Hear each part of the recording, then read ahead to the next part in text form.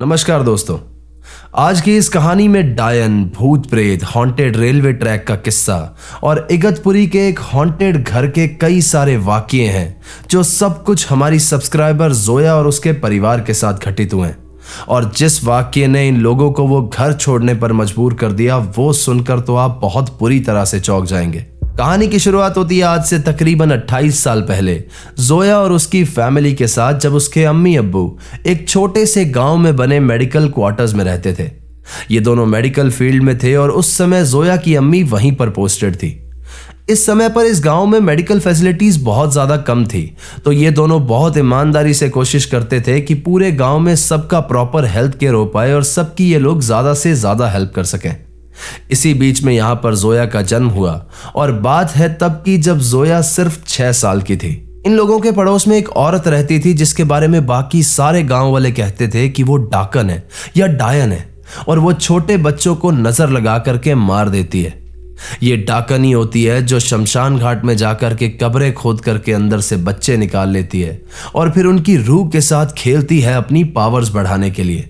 अब जोया के अब्बू को इन बातों पर बिल्कुल भी यकीन नहीं था, लेकिन उसकी अम्मी को लोगों की बातें सुन सुनकर थोड़ा सा ऐसा डाउट था कि शायद इनकी बातों में कुछ सच्चाई हो सकती है। कई बार ऐसा होता था कि वो औरत इनके घर पे कोई दवाई लेने के लिए आती थी और उसी समय जोया की अम्मी को ऐसा महसूस होता था जैसे घर का पूरा ऑरा ही नेगेटिव हो गया है। एक बार तो ऐसा हुआ था कि जोया की अम्मी ने उन्हें थोड़ा सा इंतजार करवा दिया था। उन्हें कहा था कि आप 2 मिनट रुकिए, दूध गर्म हो रहा है और मैं फिर आकर के आपको दवाई देती हूँ। सामने से उस औरत ने गुस्सा कर दिया था और कहा था कि तुम दूध ही उबालती रहो, मैं जा रही हूं। और इतने में ही वहां पर उबल रहा वो दूध फट गया था। ऐसे छोटे छोटे कई सारे इंसिडेंट थे जिसकी वजह से उसकी अम्मी का शक बहुत ज्यादा बढ़ता जा रहा था। अब क्योंकि जोया छोटी थी तो ये लोग उसे कभी भी अकेला नहीं छोड़ते थे। एटलीस्ट एक पेरेंट तो हमेशा उसके साथ रुकता था। एक दिन की बात है जब जोया की अम्मी किसी काम से गांव से बाहर गई हुई थी और इसी बीच वो औरत घर में कोई दवाई लेने के लिए आई थी। जोया भी उस वक्त वहां पर हॉल में खेल रही थी और वो औरत उसे खेलते हुए एक टक घूरे जा रही थी। और फिर जैसे ही वो दवाई लेकर के इनके घर से निकली, जोया वहां पर हॉल में खेलते खेलते बेहोश हो गई। उसके अब्बू ने जब उसे जाकर के संभाला तो फिर जैसे तैसे थोड़ी देर के बाद वो होश में आ गई। बस वो दिन था कि जोया की जिंदगी में सब कुछ बदल गया था। उस दिन हंसती खेलती जोया रात में बहुत बुरी तरह से बीमार हो गई थी। अगले दिन जब उसकी अम्मी लौट करके आई तो उसके अब्बू ने उन्हें बताया कि जोया कल शाम से ही बीमार पड़ी है, जब से वो औरत जिसे सब लोग डायन कहते हैं वो दवाई लेने के लिए आई थी। उस दिन इन लोगों ने इस बात को एकदम नॉर्मली लिया और जोया को कोई नॉर्मल दवाई दे दी, लेकिन उसकी कंडीशन में कोई भी सुधार नहीं आया। पूरे 1 हफ्ते तक जोया बहुत बुरी तरह से बीमार रही और एकदम मरने की कगार पर आ गई। जब 1 हफ्ते तक दवाइयां देने से भी कोई फर्क नहीं पड़ा तो उसकी अम्मी फाइनली उसे एक मौलवी के पास लेकर के गई और वहां जाकर के उन्होंने बताया कि आपकी बेटी पर एक डायन की नजर पड़ गई है और इसकी जान बचाने के लिए हमें एक टोटका करना होगा। इस टोटके में उन्होंने जोया की जान बचाने के लिए एक मुर्गे की बलि दी और कुछ रिचुअल्स किए, जिसके बाद जाकर के जोया ठीक हो गई। यहां पर जोया ठीक तो हो गई थी, लेकिन उसकी जिंदगी में एक चीज हमेशा के लिए बदल गई थी। जोया को पैरेलल वर्ल्ड की एंटिटीज दिखाई देने लगी थी और जहां कहीं भी नेगेटिविटी होती थी उसे बहुत जल्दी सेंस हो जाती थी। बड़े होते होते जोया ने कई बार अपने पेरेंट्स को बहुत सी जगहों के बारे में चेतावनी दी या फिर आसपास किसी की मौजूदगी के बारे में बताया, लेकिन हर बार उसके साथ वही हुआ जो किसी भी छोटे से बच्चे के साथ होता है। किसी ने भी उसकी बात का यकीन नहीं किया। जोया की जिंदगी यूं ही आगे बढ़ती रही और फिर साल आया 2012 जब उसकी अम्मी का ट्रांसफर इगतपुरी हिल स्टेशन से कुछ ही किलोमीटर दूर बसे एक गांव में हुआ। लेकिन क्योंकि वहां के स्कूल बहुत ज्यादा अच्छे नहीं थे तो उन्होंने उसी गांव से नियरेस्ट बेस्ट प्लेस इगतपुरी में ही शिफ्ट होने का फैसला लिया। यहां से शुरू होती है जोया के जिंदगी के सबसे डरावने सफर की। इगतपुरी की वो बिल्डिंग जिसमें ये लोग शिफ्ट हुए थे वो अपने आप में एक सनसनी थी, क्योंकि उसे देख करके ऐसा लगता था कि वो बहुत ज्यादा पुरानी तो नहीं है, लेकिन फिर भी उसके अंदर बहुत सारे फ्लैट होने के बावजूद सिर्फ 2-3 फैमिलीज ही रहती थी। और अब वहां पर शिफ्ट हो गए थे जोया, उसका छोटा भाई रेहान और उसके अम्मी अब्बू। जोया ने बताया कि इस बिल्डिंग में कदम रखते ही उसे ऐसा लगने लगा था कि यहां पर कुछ गड़बड़ है और उसे बहुत ज्यादा नेगेटिविटी भी फील होने लगी थी। लेकिन यहां पर उसने किसी से कुछ भी कहना ठीक नहीं समझा, क्योंकि वो जानती थी कि सबका जवाब क्या होगा। जिस फ्लैट में ये लोग शिफ्ट हुए थे वो एक 2 BHK फ्लैट था, जिसमें एक रूम में जोया के अम्मी अब्बू सोते थे और दूसरे रूम में उसका छोटा भाई और वो सोने लगे थे। अब इन लोगों को यहां पर शिफ्ट हुए करीब 2 से 3 दिन ही हुए थे कि अचानक से जोया के साथ कुछ बहुत ही अजीब होने लगा। आउट ऑफ नोवेयर, बिना किसी चोट के उसके पांव पर एक बहुत ही अजीब सा घाव बन गया था। उसके पेरेंट्स ने जब इस घाव को देखा तो वो भी बहुत ज्यादा हैरान थे कि बिना कोई चोट लगे अचानक से उसके पैर पर ये अजीब सा घाव कैसे बन गया है। जोया के पेरेंट्स ने उसे इस चीज की दवाई दी और कुछ ऑइंटमेंट वगैरह लगा दिया, लेकिन इस चीज से कोई भी फर्क नहीं पड़ा। धीरे धीरे कंडीशन इतनी ज्यादा खराब हो गई कि जोया के पांव में बहुत ही ज्यादा दर्द रहने लगा और उसका चलना तक मुश्किल हो गया था।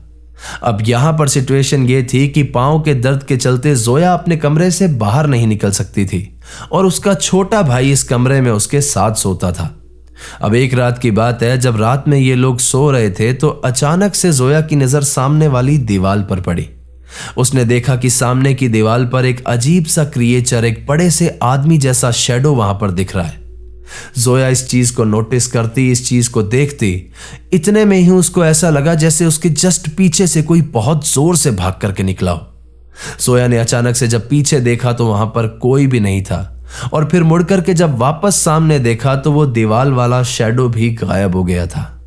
अब हालांकि यहां पर जोया सिर्फ 16 साल की थी, लेकिन फिर भी एक 16 साल के बच्चे के अकॉर्डिंग वो काफी ज्यादा ब्रेव थी, क्योंकि शायद बचपन से ही वो इन सब चीजों के साथ डील करती हुई आ रही थी। जोया यहां पर बहुत बुरी तरह से घबरा गई, लेकिन फिर भी उसने अपने आप से पहले अपने छोटे भाई को संभाला, क्योंकि वो भी ये सब कुछ देख करके बहुत बुरी तरह से डरा हुआ था।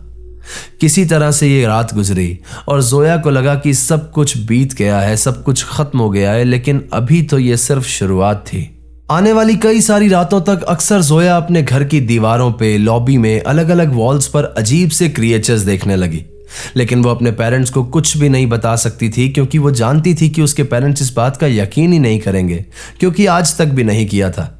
अब एक दिन की बात है, जब जोया के पांव का दर्द थोड़ा सा ठीक था और ये दोनों भाई बहन अपने रूम में बैठ करके टीवी देख रहे थे।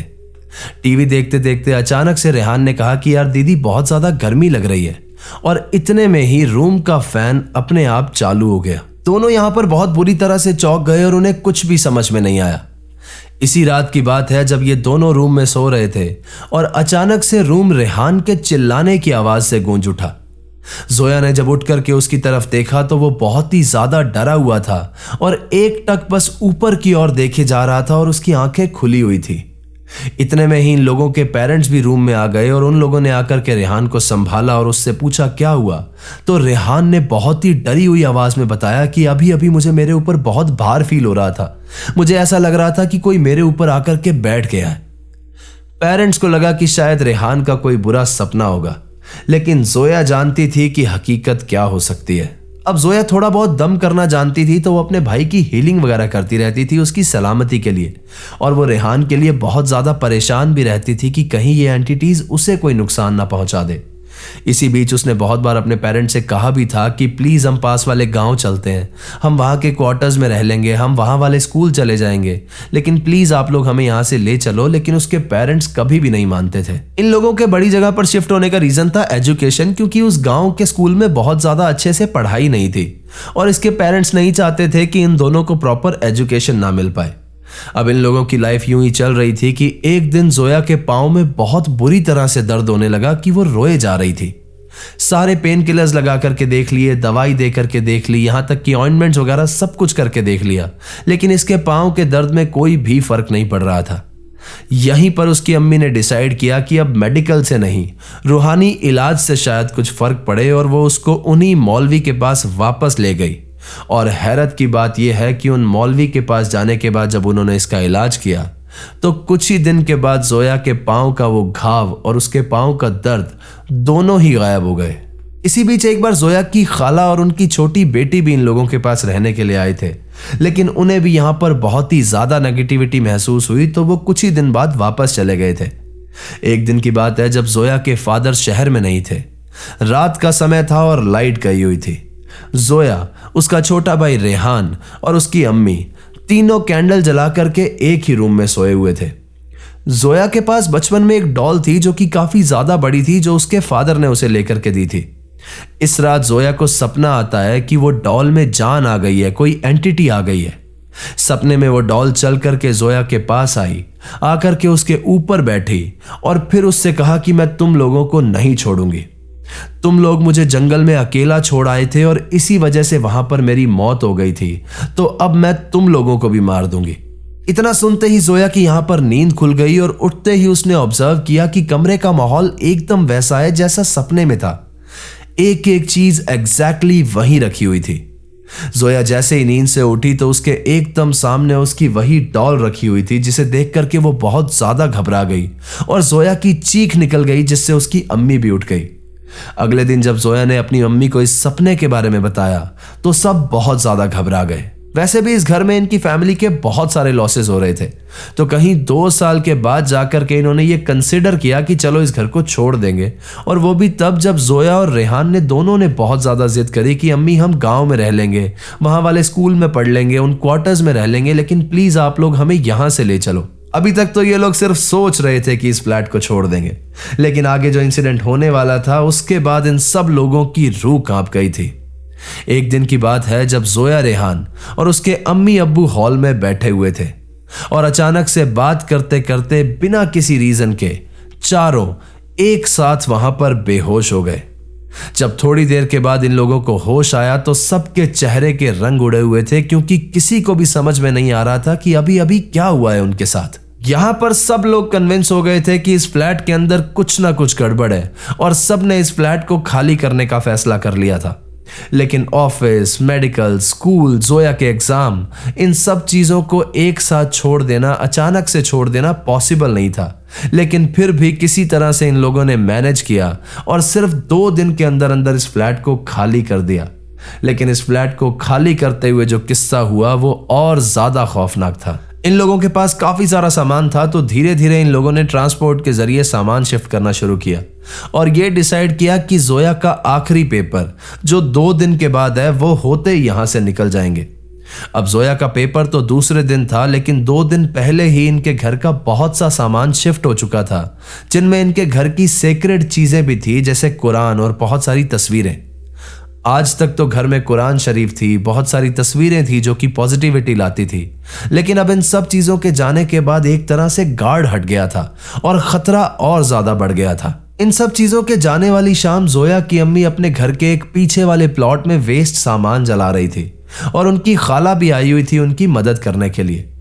इस समय जोया आराम से अपने रूम में बैठी हुई थी और बैठे बैठे अचानक से उसे ऐसे सुनाई दिया जैसे रूम के अंदर कोई बहुत जोर जोर से सांसें ले रहा हो, जो कि बहुत ज्यादा डरावनी थी।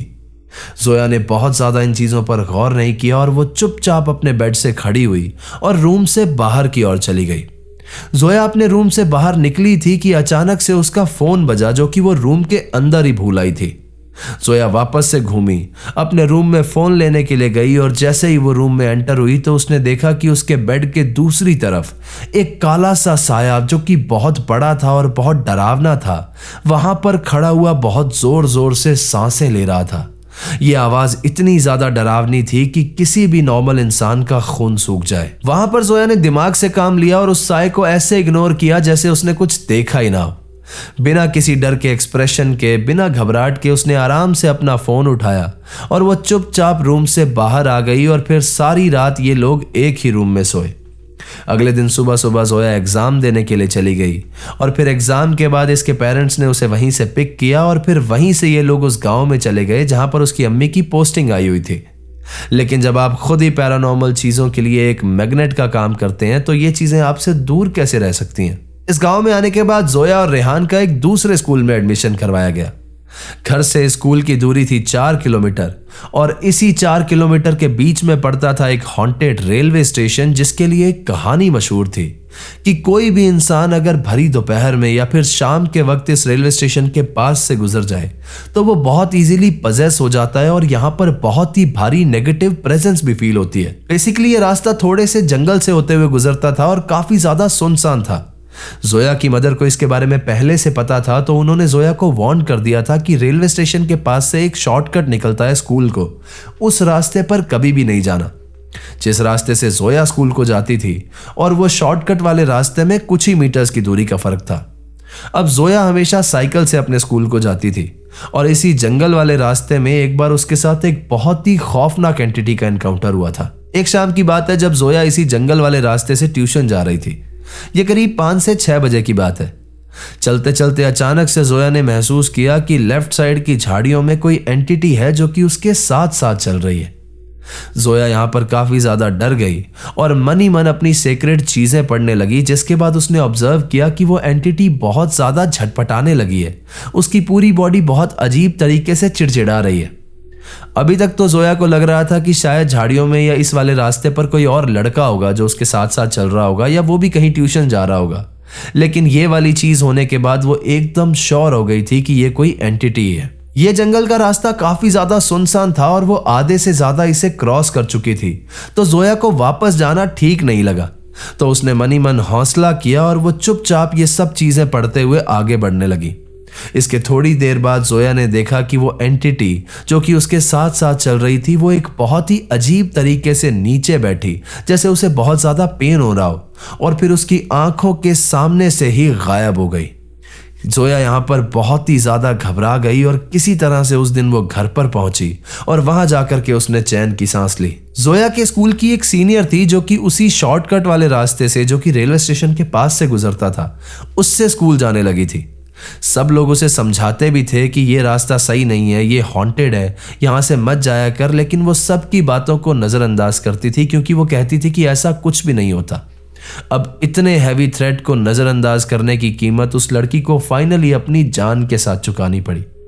एक दिन की बात है जब सुबह सुबह जोया के घर के बाहर भीड़ इकट्ठी हो गई। जब जोया बाहर आई तो उसे देख करके सब लोग बहुत बुरी तरह से हैरान रह गए। उसके पेरेंट्स ने सबसे पूछा कि आप सब लोग यहाँ क्यों इकट्ठे हुए हो, ये भीड़ क्यों लगा रखी है। तो उन्होंने बताया कि रेलवे ट्रैक्स के पास एक बच्ची की लाश मिली है जो कि टुकड़े टुकड़े हुई है, और सबको लग रहा था किसी ने अफवाह फैला दी थी कि ये उसी बच्ची की लाश है जो अभी रिसेंटली स्कूल आने लगी है, जो कि जोया थी। बाद में जोया ने जब पूरी बात पता की तो उसे मालूम चला कि ये वही लड़की है जो उस शॉर्टकट वाले रास्ते से स्कूल जाया करती थी। किसी ने कहा था कि वहां पर वो पजेस हो गई थी और पजेशन में ही वो ट्रेन के आगे आकर के कट गई थी। इसके बाद जोया और ज्यादा चौकन्नी हो गई थी कि इस रास्ते से तो कभी भी स्कूल नहीं जाना है। हालांकि इन बातों को अब कई साल बीत चुके हैं और आज जोया 28 साल की है और आज तक भी वो इन सारी चीजों को बहुत इजीली सेंस कर लेती है। हालांकि जोया बहुत ज्यादा ब्रेव है, लेकिन फिर भी आम लोगों से अलग होना, वनरेबल होना, पैरेलल वर्ल्ड की चीजों को सेंस कर लेना, ये अपने आप में ही एक बहुत डरावनी चीज है। तो ये थी आज की कहानी दोस्तों। कहानी आपको कैसी लगी मुझे कमेंट करके जरूर बताइएगा, और अगर आपको कहानी पसंद आई है तो इसे लाइक कर दें, हाइप कर दें और अपने कमजोर दिल वाले दोस्तों के साथ शेयर कर दें। चैनल अभी तक सब्सक्राइब नहीं किया है तो इसे सब्सक्राइब कर लो, वहां पर एक बेल आइकन होगा उसे प्रेस कर देना, ताकि आगे आने वाले समय में मैं जो रियल लाइफ इंसिडेंट्स पर कहानियां लेकर के आऊंगा वो सबसे पहले आप तक पहुंचती रहे। अगर आपके पास भी ऐसी कोई कहानी है जो किसी सत्य घटना पर आधारित है तो नीचे दिए गए जीमेल एड्रेस और इंस्टा आईडी पर आप उसे हमारे साथ शेयर कर सकते हैं।